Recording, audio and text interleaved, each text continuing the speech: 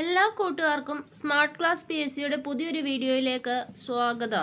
ഇന്ന് നമ്മൾ നോക്കാൻ പോകുന്നത് ഇന്ത്യയുടെ നിലവിലെ കേന്ദ്ര മന്ത്രിസഭയും അതിലെ മന്ത്രിമാരാരൊക്കെയാണെന്നും അവർ കൈകാര്യം ചെയ്യുന്ന വകുപ്പുകൾ ഏതൊക്കെയാണെന്നും നമുക്ക് നോക്കാം. നിങ്ങൾക്ക് ക്ലാസുകൾ പ്രയോജനകരമാകുന്നുണ്ടെങ്കിൽ ഉറപ്പായും ലൈക്ക് ചെയ്യുക, ഷെയർ ചെയ്യുക, സബ്സ്ക്രൈബ് ചെയ്യുക. നിങ്ങളുടെ അഭിപ്രായങ്ങൾ കമന്റ് ബോക്സിൽ അറിയിക്കുക.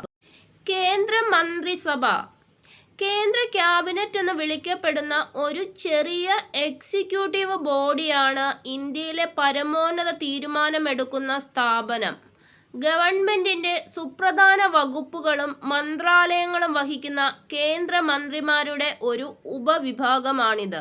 ഇന്ത്യൻ ഭരണഘടന അനുസരിച്ച് മന്ത്രിസഭയിലെ ആകെ മന്ത്രിമാരുടെ എണ്ണം ലോക്സഭയിലെ മൊത്തം അംഗങ്ങളുടെ 15% കവിയാൻ പാടില്ല.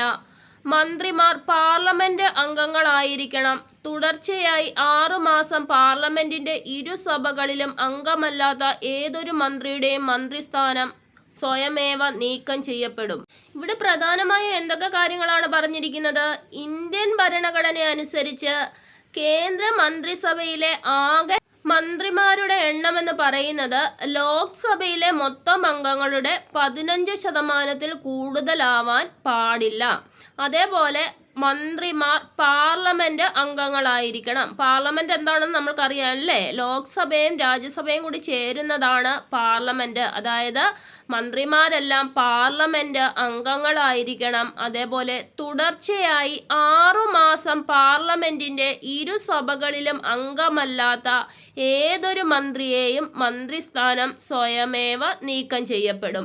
അതായത് തുടർച്ചയായി 6 മാസം ലോക്സഭയിലോ രാജ്യസഭയിലോ അംഗമല്ലാത്ത ഏതൊരു മന്ത്രിയെയും നീക്കം ചെയ്യപ്പെടും.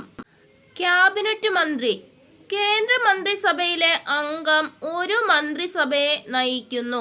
അതായത് ഒരു മന്ത്രിസഭ എന്ന് ഉദ്ദേശിക്കുന്നത് അത് വിദേശകാര്യമോ പ്രതിരോധമോ ആഭ്യന്തരമോ ഏതുമായിക്കോട്ടെ, അങ്ങനെ ഒരു മന്ത്രിസഭയെ നയിക്കുന്ന ഒരു മന്ത്രിയാണ് ക്യാബിനറ്റ് മന്ത്രി എന്ന് പറയുന്നത്. അടുത്തതാണ് സ്വതന്ത്ര ചുമതലയുള്ള സഹമന്ത്രി.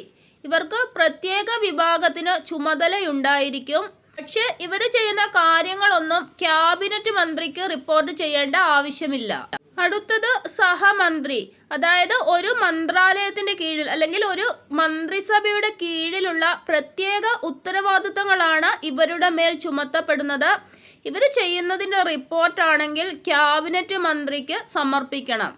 ഇവിടെ 3 കാര്യങ്ങളാണ് നമ്മൾ പറഞ്ഞത്. ഒന്നാമത്തേത് ക്യാബിനറ്റ് മന്ത്രി, രണ്ടാമത്തേത് സ്വതന്ത്ര ചുമതലയുള്ള സഹമന്ത്രി, മൂന്നാമത്തേത് സഹമന്ത്രി.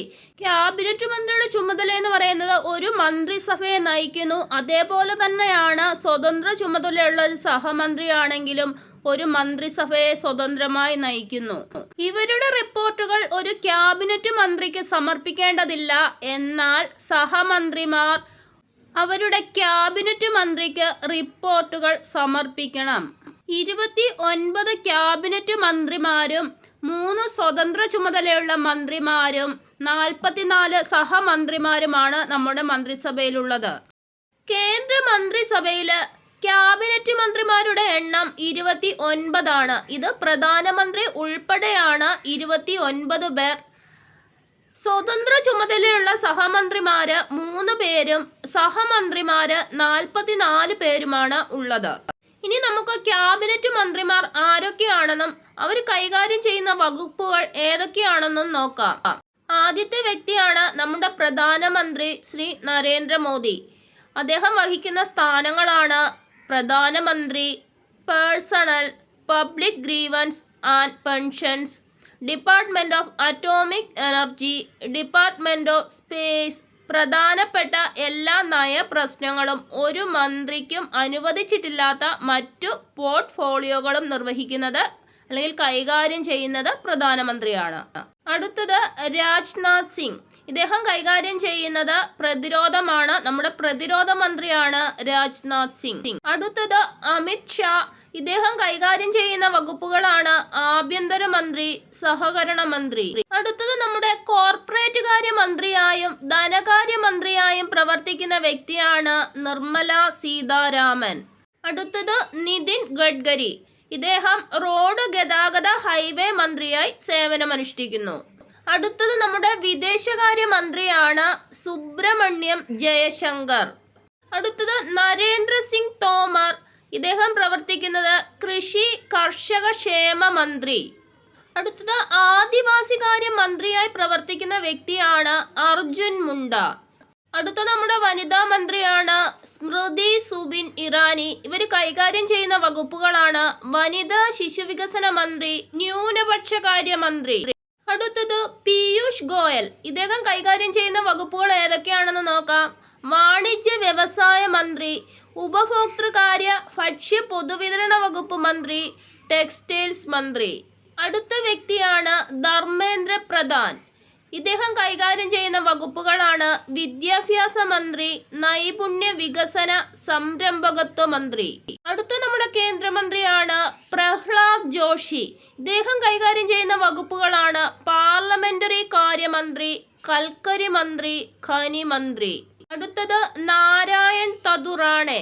സൂക്ഷ്മ ചെറുകിട ഇടത്തരം സംരംഭങ്ങളുടെ മന്ത്രിയായി പ്രവർത്തിക്കുന്ന വ്യക്തിയാണ് ഇദ്ദേഹം.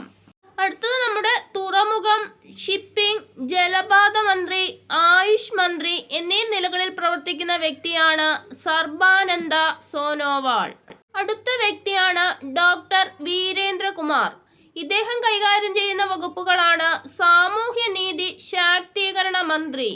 അടുത്തത് നമ്മുടെ ഗ്രാമവികസന മന്ത്രിയായും പഞ്ചായത്തി രാജ് മന്ത്രിയായും പ്രവർത്തിക്കുന്ന വ്യക്തിയാണ് ഗിരിരാജ് സിംഗ്. അടുത്ത വ്യക്തിയാണ് ജ്യോതിരാദിത്യ സിന്ധ്യ.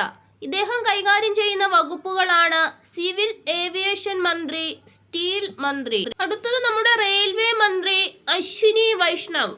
ഇദ്ദേഹം കൈകാര്യം ചെയ്യുന്നത് എന്തൊക്കെയാണെന്ന് നോക്കാം. റെയിൽവേ മന്ത്രി, കമ്മ്യൂണിക്കേഷൻസ് മന്ത്രി, ഇലക്ട്രോണിക്സ് ആൻഡ് ഇൻഫർമേഷൻ ടെക്നോളജി മന്ത്രി. അടുത്തത് പശുപതി കുമാർ പരാസ്. ഇദ്ദേഹം നമ്മുടെ ഭക്ഷ്യ സംസ്കരണ വ്യവസായ മന്ത്രിയായി സേവനമനുഷ്ഠിക്കുന്നു.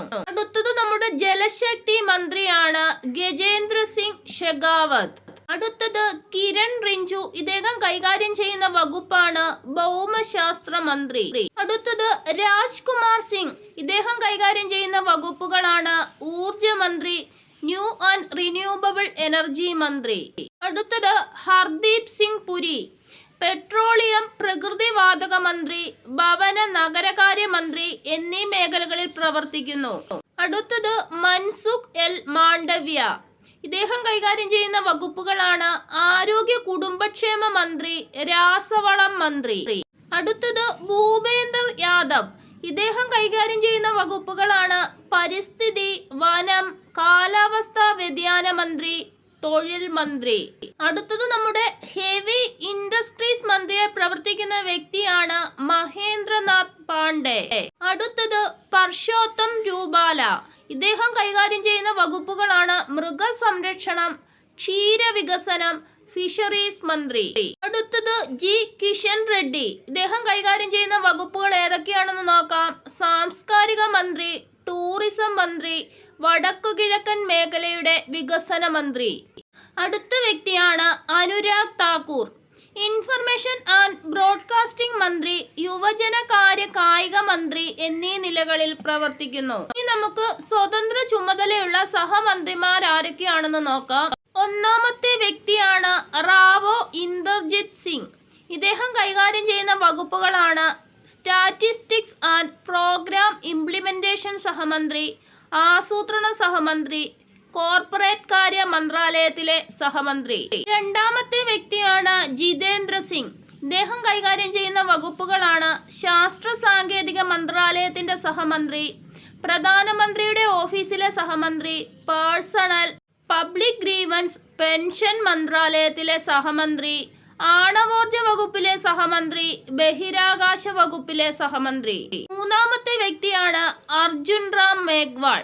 ഇദ്ദേഹം കൈകാര്യം ചെയ്യുന്ന വകുപ്പുകളാണ് പാർലമെന്ററി കാര്യ മന്ത്രാലയത്തിലെ സഹമന്ത്രി, സാംസ്കാരിക മന്ത്രാലയത്തിലെ സഹമന്ത്രി, നിയമനീതി മന്ത്രാലയത്തിലെ സഹമന്ത്രി. Thank you.